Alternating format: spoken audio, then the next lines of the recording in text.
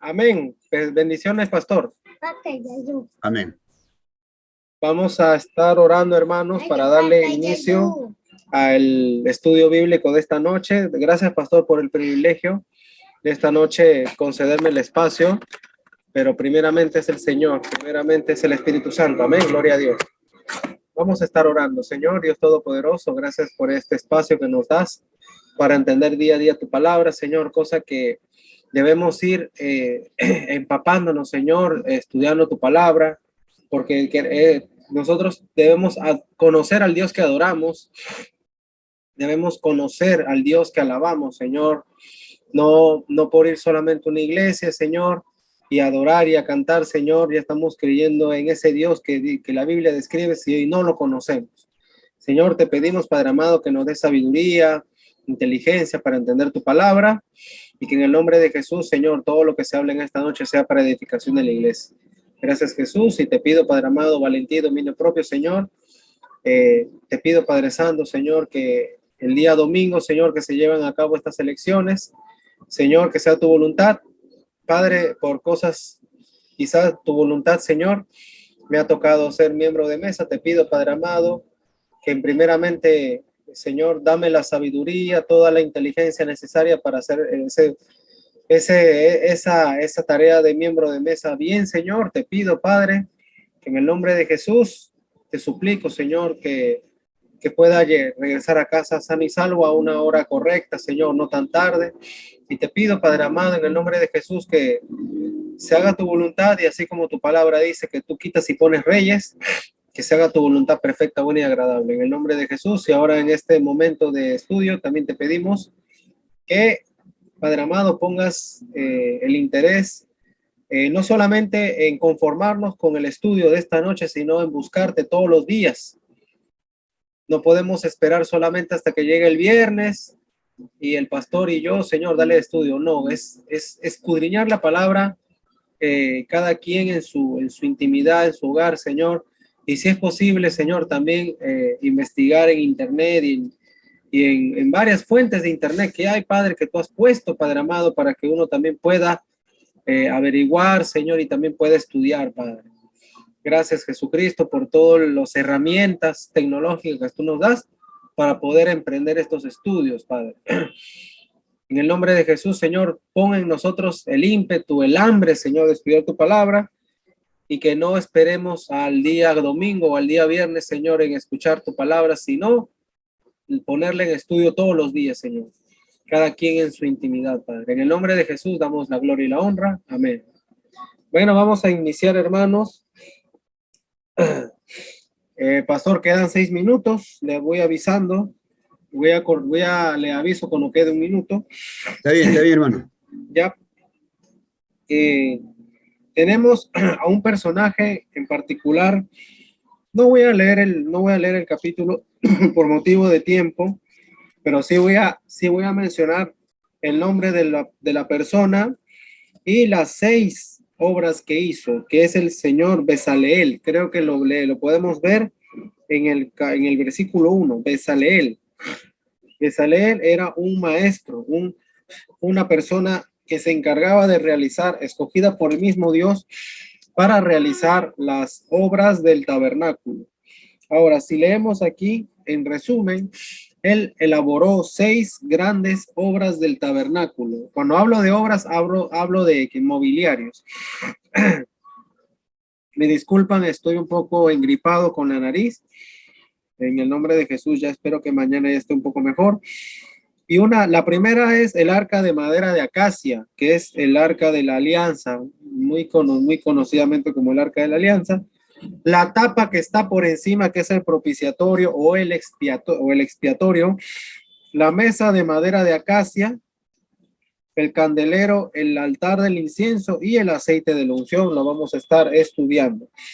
Esas 6 partes del arca, del tabernáculo, perdón, vamos a estar estudiando, hermanos.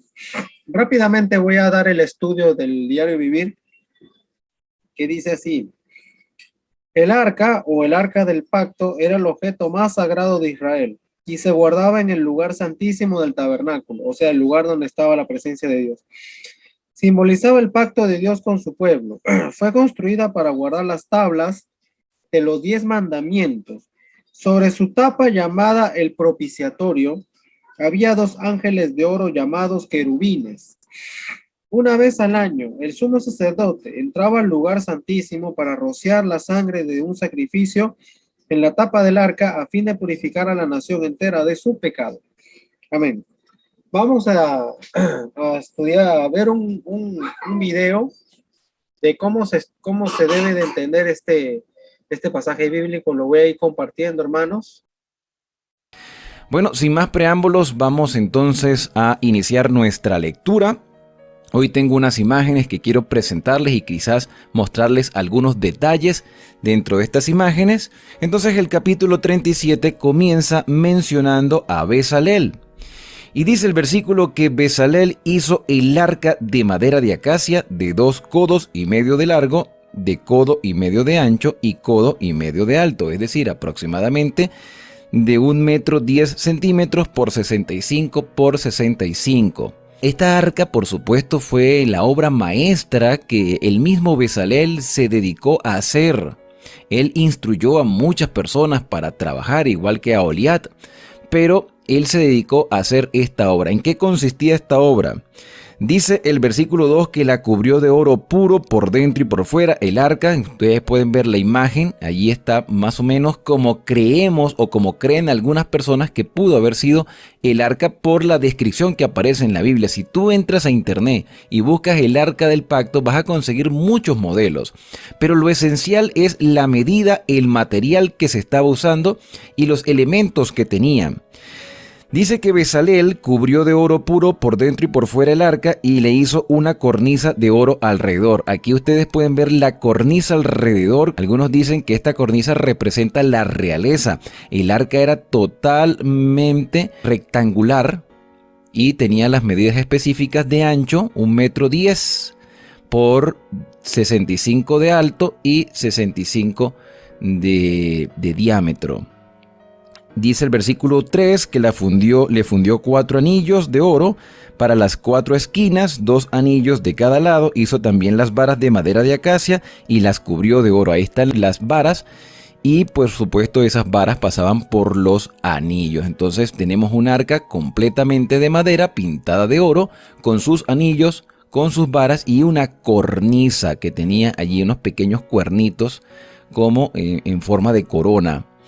Versículo 5, y colocó las varas en los anillos del arca para transportarlo.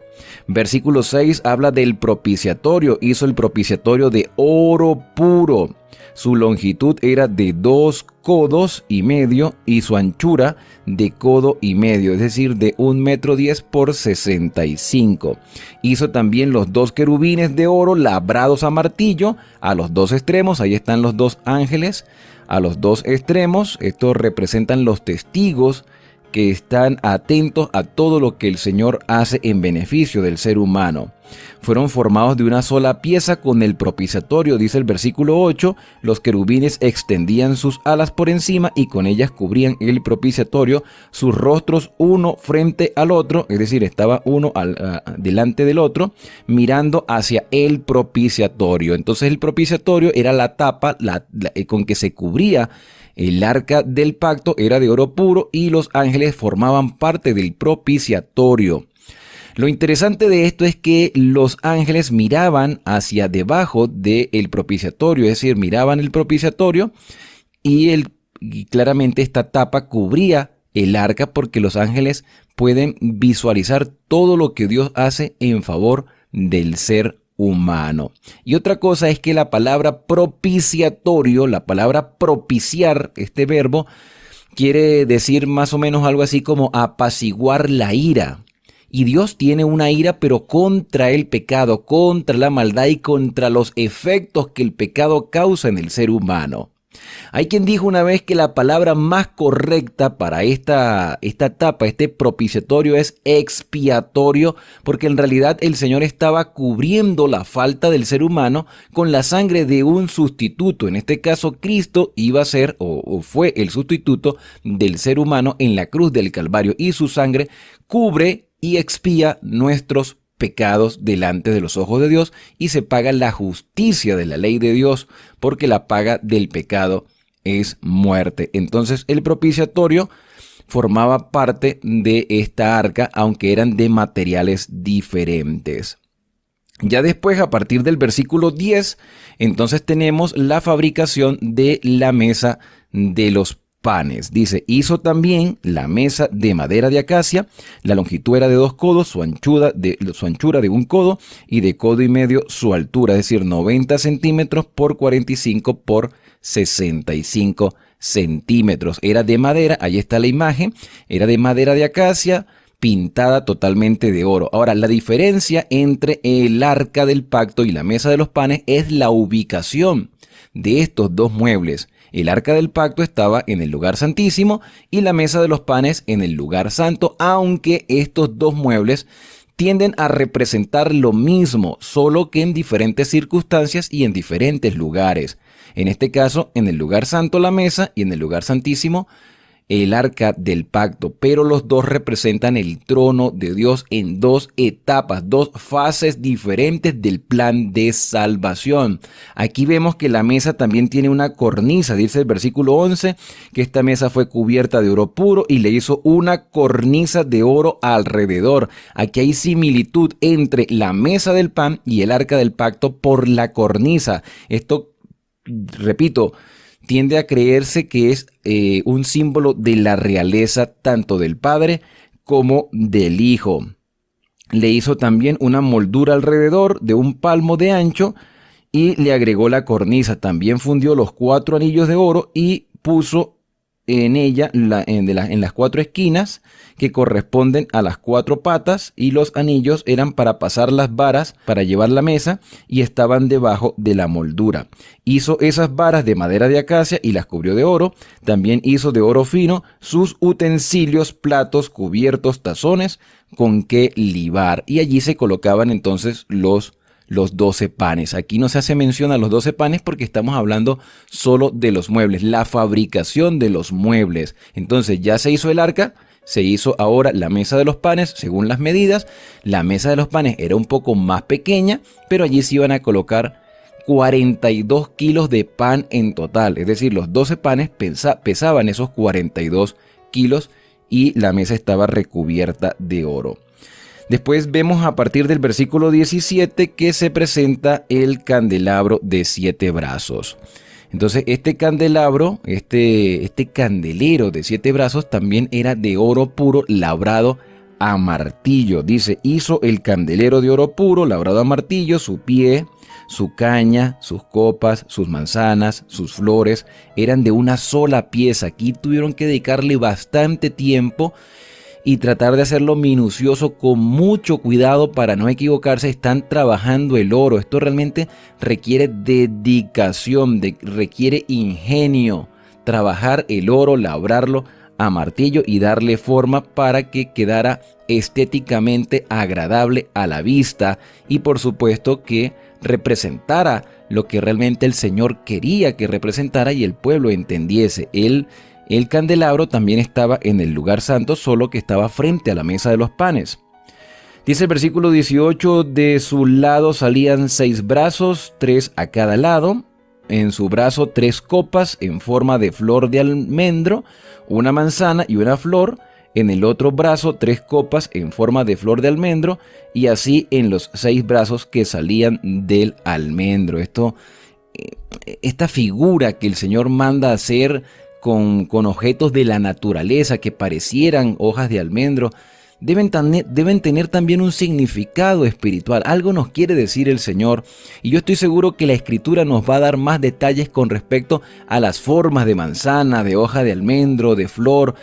Todo esto tenía un significado. En realidad el Señor siempre quiere llevarnos a contemplar la naturaleza, la obra creadora, la obra del Espíritu Santo que hermosea la tierra y esa misma obra del Espíritu Santo obra en el corazón de la persona para que nosotros podamos reflejar la imagen de Dios de manera correcta. Dice el versículo 23, hizo también de oro puro sus 7 lámparas, sus despabiladeras y sus platillos. Empleó en total 1 talento de oro puro con todos sus utensilios. ¿Cuánto pesaba 1 talento? Estamos hablando alrededor de 34 kilos de oro. 34 kilos de oro en la fabricación del candelabro de 7 brazos. Ahí se iba a derramar el aceite y por supuesto iba a alumbrar el lugar santo. Todo esto tiene un significado espiritual, así que ellos tenían que hacer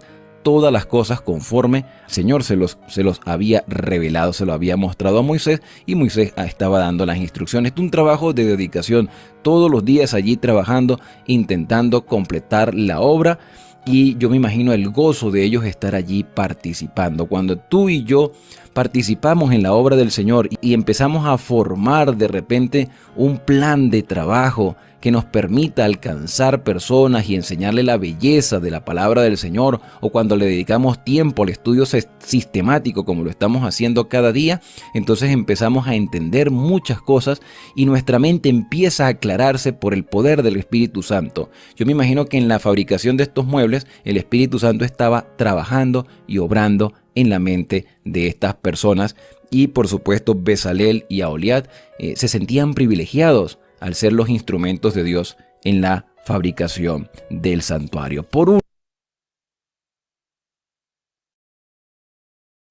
Amén. Vamos ahora a escuchar a David Diamond hablando del candelero. Por razones de tiempo, el video que acabo de poner dura justo lo que dura el estudio. Quiero que entiendan que poco a poco estamos viendo cuáles son las características físicas de cada objeto del tabernáculo. Ya empezamos por cuál, a ver, ¿por cuál hemos empezado? A ver, ¿por cuál hemos empezado, hermanos? A ver, participemos. A ver, ¿por cuál hemos empezado? ¿Cuál ha sido el primer mobiliario del templo? A ver, empecemos a participar. El arca. Muy bien, hermano Gonzalo, muy bien. Entonces, vamos a continuar ahora y vamos a profundizar un poco más lo que es el estudio con el candelero de oro, ¿ya? Sí. Se fue. El candelabro iluminaba este lugar, porque aquí venían cortinas que cubrían el recinto, y en esas cortinas tenían una particularidad: no dejaban entrar un mínimo rayo de luz solar. No entraba la luz del sol de ninguna manera, para demostrar que con la luz natural no se pueden ver las cosas de Dios. Si no era la luz del candelabro, el sacerdote no podía ministrar. Y ahora vamos a ver lo que representa el candelabro. Muéstrame por favor el candelabro. Gracias. Este candelabro, llamado por nosotros los judíos como menorá. La menorá proviene de la palabra Moriah. El monte Moriah era un arbusto pequeñito que tenía la forma del candelabro. Por eso se llama así. Era una planta pequeñita que tenía un vértice central y 6 laterales por los 2 lados, total 7. De ahí viene la palabra menorá, de Moriah. Este diseño es el que muchos creen era el verdadero. En honor a la verdad, los grandes estudiosos judíos y también los cristianos no se ponen de acuerdo en honor a la verdad en cuál era la forma del candelabro o la menorá. Unos dicen que era como este, otros dicen que era casi cuadrado y otros dicen que era como la U. 3 en forma de U. Lo cierto es que este candelabro tenía muchas particularidades. Éxodo 25, 31. Yo les aconsejo que se lleven este libro, al menos si usted es pastor, maestro en su iglesia, le va a servir. Yo he visto muchos libros de estudio sobre el tabernáculo y sacerdocio y todo, y a veces me he encontrado con unos comentarios más raros tirados de los pelos, no sé de dónde me han sacado, y si era calvo mucho menos. Éxodo 25, 31. Harás además una menorá, un candelabro ¿de qué? Oro puro. Este no era cobre, era oro. Y el oro representa divinidad. La plata representa la redención. El cobre, el sufrimiento, y el oro, la divinidad. Hermanitos, por favor, el audio que se está escuchando, alguien que está hablando, porfa. Abierto.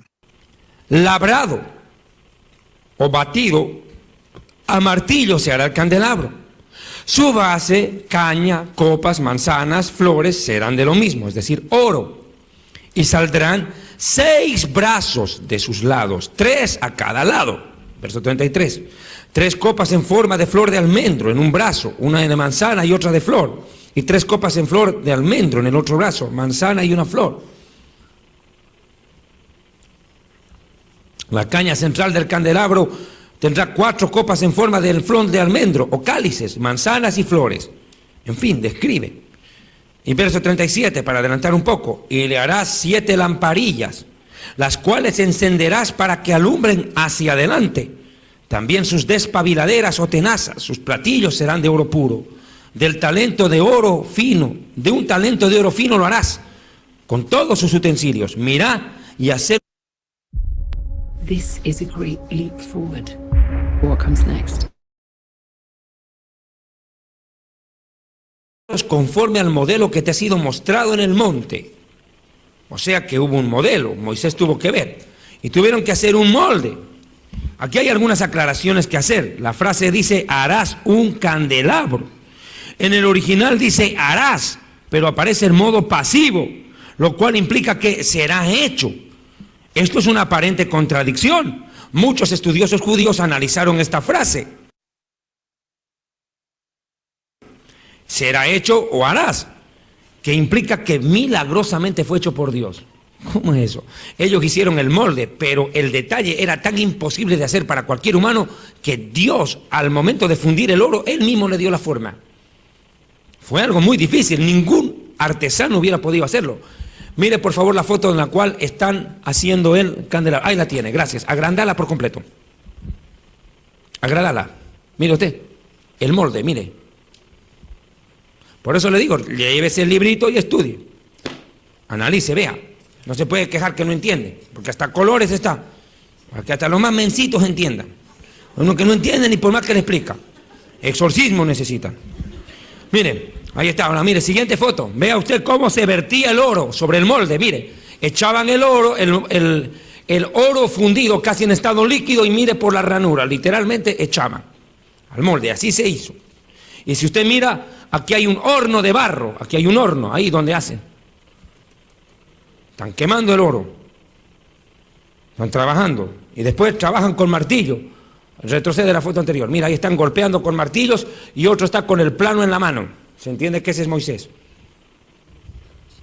Así tiene que quedar. Ahora mire por favor la siguiente foto donde están los 2 candelabros a mitad. Eso, ahí me la dejas si no me la mueves. Aquí están las 2 posibles formas del candelabro. Todo es de oro puro, despabiladera, y ahí viene el aceite de oliva. Y el sacerdote a cierta altura colocando y encendiendo el fuego. Nunca tenía que apagarse el candelabro. Esa es una de sus características. Gracias. Volvemos acá. Página 104. De manera que resulta así. Habían 22 cálices de flor de almendro. 18 en los 6 brazos laterales. 3 en cada brazo y 4 en el tronco central. Total, un símbolo de 22 más 11 botones, 6 en los brazos laterales, 3 en el tronco. En fin, el candelabro mismo tenía 9 flores. La base estaba hecha también de oro. Según el historiador Flavio Josefo, dice que aproximadamente el candelabro tenía una altura de 1,50 m. De oro puro, del más alto quilaje. El peso del candelabro era de 32 kilos aproximadamente, pero otras fuentes rabínicas dicen que pesaba 57 kilos. Tenía medidas exactas y estaba prohibido de hacerle réplicas. Ahora bien, ¿qué representa? ¿Qué representa el candelabro?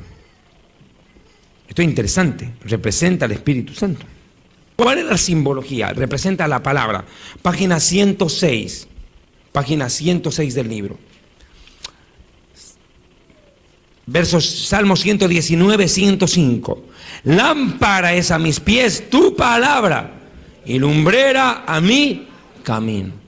Si no fuera por el Espíritu Santo, el sacerdote no ministra. Usted puede entender la realidad con 3 formas. con los 5 sentidos. Comprendemos la realidad, ¿o no? O sea, la realidad nos dice color, textura, el tacto, gusto con la lengua, oído, vista, aquello, olfato. Muy bien, hermanos. Creo que en honor al tiempo, creo que vamos a darle ahora el estudio. Creo que más explicativo imposible. ¿Se vio bien el video? ¿Se pudo entender? El pastor dice que sí. Hermana Agustina. Amén, hermano Oscar. Muy bien. De forma gráfica, siempre me gusta hacerles llegar. ¿Para qué? Para que lo podamos entender. ¿Ya? ¿Por qué? Porque sabemos que a veces con leerlo, como dice el apóstol Pablo, mucha palabra mata. Pero si lo podemos llevar a lo gráfico, a lo visual, creo que es más entendible. En lo particular, a mí me es más fácil entenderlo de esta forma. Y si lo llevamos al contexto, a lo que es a lo leído, es un poco más complicado, ¿no? Y tratar de construir el tabernáculo en la mente es un poco complicado, pero ya al menos tenemos estos hermanos, estos pastores, estos estudiosos de la palabra, se han encargado encarecidamente de dedicarle tiempo a construir todo lo que aproximadamente establece Dios en la palabra. No es la precisión o la exactitud que Dios lo dice en la Biblia, pero es lo cercano, lo aproximado. Y creo que debemos darle gracias a Dios por estos hermanos que se han dedicado tiempo a dar a estas pautas, al describirlo de forma un poco más física y cercana, ¿ya? Amén, gloria a Dios. Creo que debemos darle las gracias a ellos, a estos estudiosos que muy aparte de orar, de ayunar y de clamarle a Dios, de hacer lo que todo cristiano debe hacer, que es de orar, ayunar, vigilar, muy independientemente de eso, también le han dedicado más un estudio teológico, profundizar, indagar, ir más allá de lo que la Biblia muchas veces, una vez el pastor dijo algo muy importante, la Biblia está llena de incógnitas, muy, muy llena de incógnitas, pero tenemos al Espíritu Santo que nos guía, pero, ojo, también tenemos la ayuda, el refuerzo de estos hombres de Dios que se han encargado de darnos la explicación más cercana de lo que ha sido realmente el tabernáculo y todos sus utensilios. Bueno, mis hermanos, creo que podemos darle un espacio más para lo que quedaba del otro video, que era del altar del incienso. Vamos a ver cuánto tiempo le queda. Sí lo podemos hacer, sí lo podemos hacer. Vamos a tratar de finalizar este estudio con el altar del incienso. Sin embargo, recuerden que el incienso, ¿qué significaba? A ver, quiero que participemos. A ver, ¿qué representaba el incienso? A ver, el incienso aromático, ¿qué representaba? A ver, si se acuerdan hace unos estudios atrás, cuando la primera vez que vimos del altar del incienso, ¿qué significa el incienso? A ver, ¿qué representaba simbológicamente? A ver, ¿quién se acuerda? A ver. El hermano Gonzalo ya participó. A ver, ¿quién se acuerda? A ver, hermano, sin miedo, vamos. Si se equivocan, no importa, estamos en estudio bíblico, no se preocupen. A ver, ¿quién se acuerda? A ver, hermano David, ¿qué significaba el incienso? A ver, ¿qué representaba el incienso? A ver, David. Hermano David, ¿estás ahí?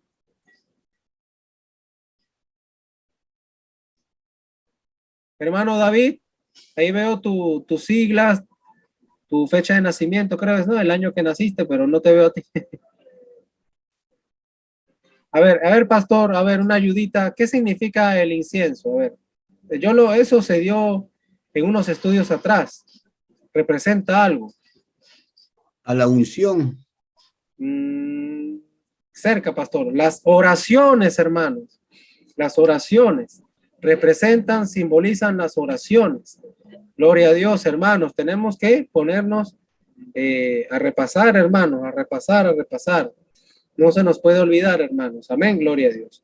Ahora vamos a compartir el video de lo que es el altar del incienso para culminar con el estudio. Amén.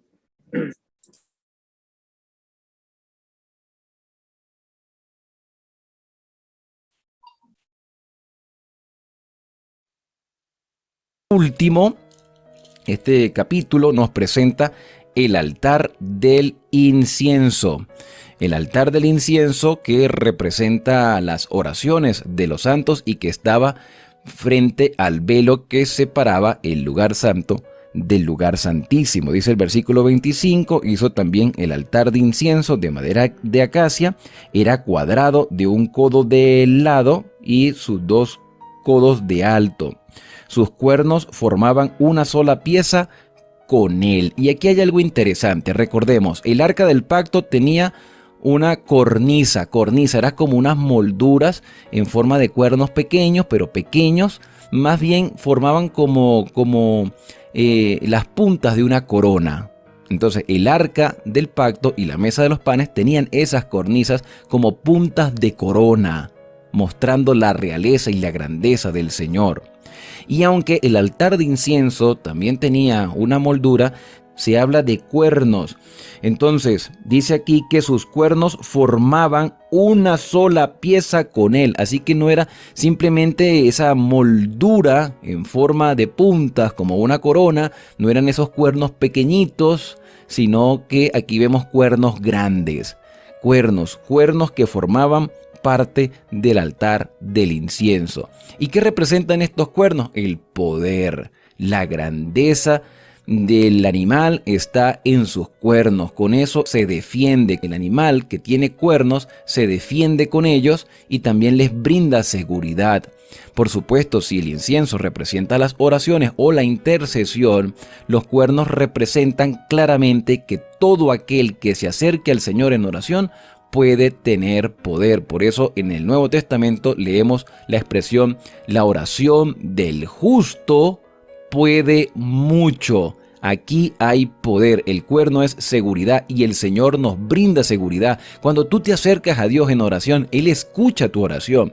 Y aunque nuestra oración es imperfecta, el Señor entiende nuestra oración porque Él conoce lo íntimo de nuestro ser y por eso tenemos a Cristo como nuestro mediador que moldea nuestras oraciones para que lleguen como un olor fragante a la presencia del Padre, porque Cristo está sentado a la diestra del trono de la majestad y por lo tanto Él puede interceder por nosotros delante del Padre y el Padre nos permite acercarnos a Él solo a través de la justicia de Cristo. Por eso el escritor de Hebreos decía: acerquémonos confiadamente al trono de la gracia de Dios para hallar gracia para el oportuno socorro. Pero tienes tú que acercarte a Dios en oración y la oración del justo entonces puede mucho. La oración del justo tiene poder y eso es lo que quiere expresar este altar del incienso con sus cuernos, sus 4 cuernos. Dice el versículo 26, cubrió de oro puro su cubierta, sus paredes y sus cuernos y le hizo una cornisa de oro alrededor. Así que tenía cornisa porque nosotros somos reyes y sacerdotes. En este caso, el ministerio del altar del incienso es lo que se llama el ministerio de intercesión, la oración intercesora. Tú, como sacerdote, como rey, que has sido redimido por Cristo Jesús, el Señor te da el privilegio porque el reino, el dominio y el poder será devuelto a los santos del Altísimo, aquellos que comunican el Evangelio eterno, aquellos que salieron de las tinieblas a la luz admirable y anunciaron las virtudes de aquel que los sacó de esas tinieblas. Y por eso este altar de incienso tiene cornisa y tiene cuernos. Versículo 27, también le hizo 4 anillos de oro debajo de la cornisa, uno en cada esquina, para pasar las varas con que conducirlos. Hizo las varas de madera de acacia, las cubrió de oro, preparó también el aceite santo de la unción. Esto ya habíamos hablado en capítulos anteriores cómo se preparaba. Y el incienso aromático, obra de perfumista, que claramente no podía utilizarse para más nada, sino para la obra del santuario. Y con esto, con este repaso, con esta recapitulación de la construcción del santuario que se hizo conforme a todo lo que Dios había mostrado, hemos llegado al final del capítulo 37. Muy bien, mis hermanos, ya quedan 10 minutos, bueno, menos. Espero que les haya sido de utilidad. Hermanos, les hago una sugerencia, un consejo de hermano en Cristo, por favor. Vamos a tratar de participar más, hermanos. Sabemos que cuando hay cosas que no se saben, simplemente se dice, no sé, hermano, por favor, explíqueme un poco más. No importa si nos equivocamos, hermanos. La Biblia dice que el verdadero amor echa fuera todo temor. Así que, hermanos, procuremos participar. Amén. Gloria a Dios. Y indaguemos un poco más, hermanos. Indaguemos un poco más. No esperemos los días viernes o los días domingos a que nos expliquen la palabra. Tenemos que averiguar más. Averiguar por aquí, por acá. ¿Por qué? Porque el Señor está cerca, hermanos. Y Dios, la palabra de Dios dice no recuerdo, pastor, creo que está en Oseas, que dice que por falta de conocimiento ha perecido mi pueblo. Así que si queremos saber a qué Dios alabamos y adoramos, tenemos que estudiar su palabra. Amén. No solamente esperar el día viernes o los domingos, no, tenemos que estar abiertos a escucharlo en las emisoras, a los pastores predicando, inclusive también este tipo de estudios en YouTube. Hay infinidad de estudios en YouTube. Incluso al pastor David Diamond también lo podemos escuchar. Es un doctor que conoce la Biblia, creo que es un estudioso, incluso es un judío mesiánico, pero también nos explica los pasajes bíblicos de una forma, pero tan fácil de entenderlo, que yo lo recomiendo mucho, hermanos. Amén. Gloria a Dios, pastor. Bendiciones. Muchas gracias, hermanos.